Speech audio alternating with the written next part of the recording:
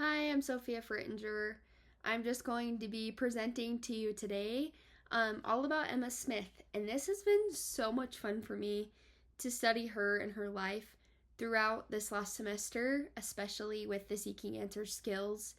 And so, to begin, I'll tell you about why I chose her. For me, I want to understand her role as Emma Smith in the Restored Church. I also want to know, through her example, um, a little bit more information on how my own place as a woman in the church is obviously not with the same calling or authority, but just understanding the importance of women. Um, and then the last thing is to have more knowledge of the beginnings of the church. I so enjoy knowing where it all started. And so I find that, Joseph Smith, we know a lot about him. We learn about him, but I love seeing the role that she played in supporting him as well.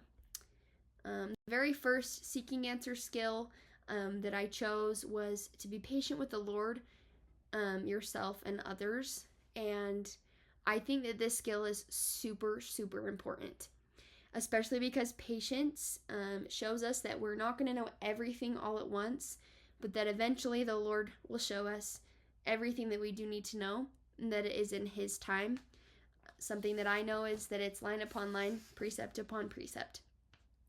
And so with me, I really wanted to know why Emma faced so much, why she had to struggle so much, but also how she supported Joseph Smith in being able to do the things that he was called to do. And so I know that this is a super important skill because it's not just applicable to Emma Smith in this situation, but it's applicable to the gospel as a whole, that we're going to come across doctrine or things where we need to be patient and seek His guidance.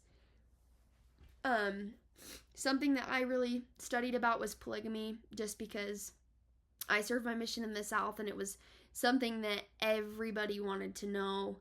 I would always get how many wives can I have?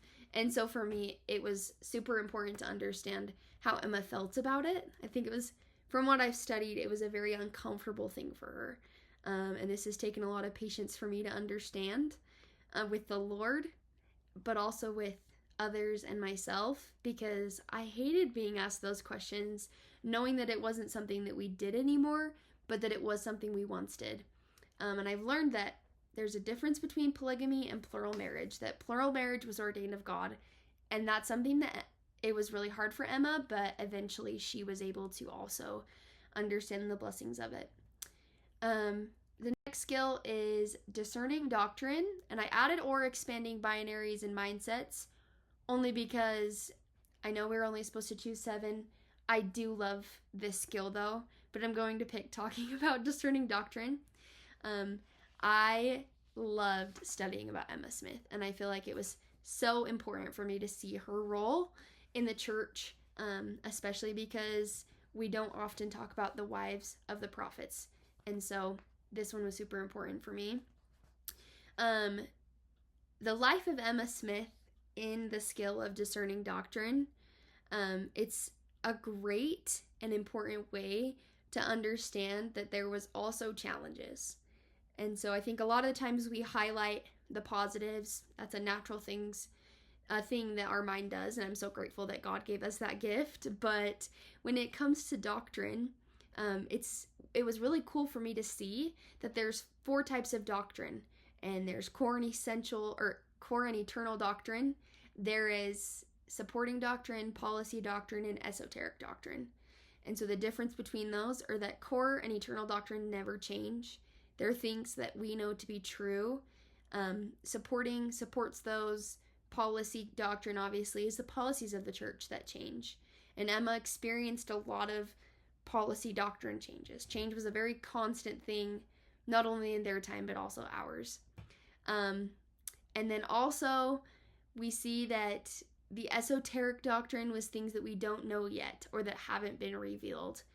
And so she encountered many different types of doctrines, and new policies were emerging constantly, not only with her husband, but with priesthood authority, with different ordinances being performed, with church governance, and she chose to pray and seek her own testimony through all of them, think that's an awesome example of what we need to be doing as well. And so that's really important, and I love it. So this skill is super important to sit and to discern the doctrine that it is, and how we can go from there. And so I had a lot of fun doing that with certain things in Emma's life. It was very interesting. I really quite liked it. The next skill is the past is gone, or the past is different. And this is so important, not just in Joseph Smith and Emma Smith's life, not just in Brigham Young, but even today. Like, understanding that the past was so different from how it is now. I did put Doctrine and Covenants 25 verses 1 and 5 in this, just because it kind of goes both with like discerning doctrine and the past is gone, to understand that Emma Smith is Heavenly Father's daughter, just as we all are, and that we are sons and daughters in His kingdom, that we each have a divine role, that God knows our plan, and so understanding that they lived very different times when religion was at an all-time high. They didn't have the restored gospel. They were in the midst of doing that. They didn't have the technologies we do now, as well as the opinions of others. And so something that was really important is Emma, she went beyond and she defied the expectations of the norm, not because of rebellion, but because of the conversion that she had to Christ Church. She knew that it was true always, and her strength, her spiritual sensitivity, her ability to seek a deep understanding of the gospel, but most of all, her relationship with God was an importance in the revelation that she was receiving, as well as Joseph. And you can see here that it was super important that she was a comfort to Joseph Smith. That was something that God needed her to be. So that was really important. I love this one. Now, understanding that the past was so different from today is huge. The truth is one great whole. It is one eternal round. That God has a plan. The prophet Russell M. Nilsson today tells us that we need to think celestial. There's so much importance in that. And we need to understand that it is all one big picture.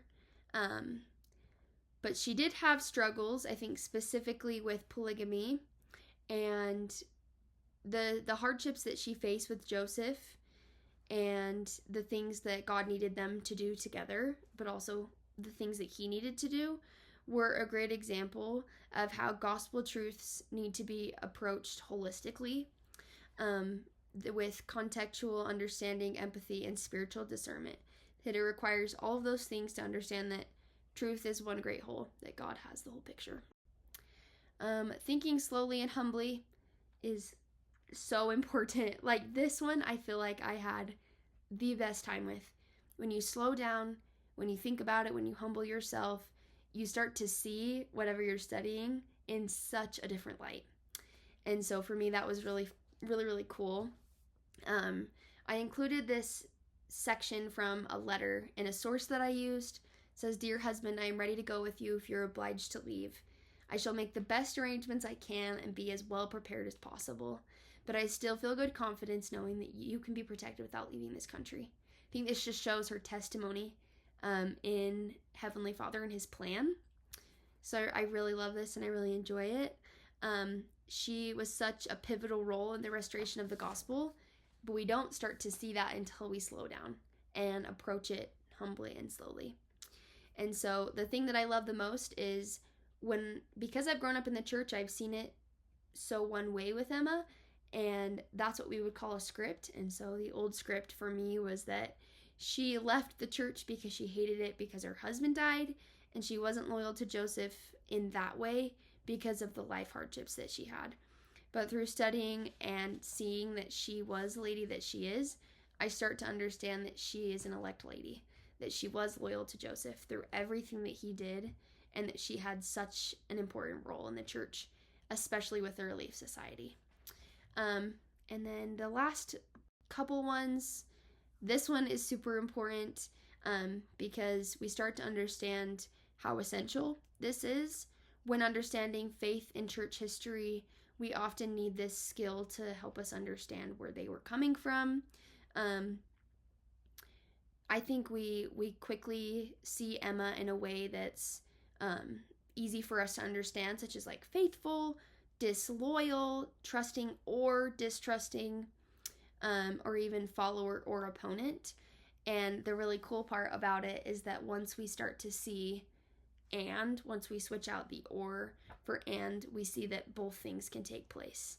And so for me, I studied a lot about why Emma Smith remained in Nauvoo after the death of her husband. And it's because she was loyal and also disloyal. Not in a bad way, but I really seen how important her role was. And we start to see that it's not an either or mindset, but a both and mindset, especially with this skill. It's super important in the church because we're all human. Then the last one is history and revelation are long stories. I think this one can obviously show for itself that it does take a long time. And we need to start by breaking it down and understand that change is okay. Change is uncomfortable, but it's how we grow. And for me, I love applying this skill not only to the gospel, but to my own personal life.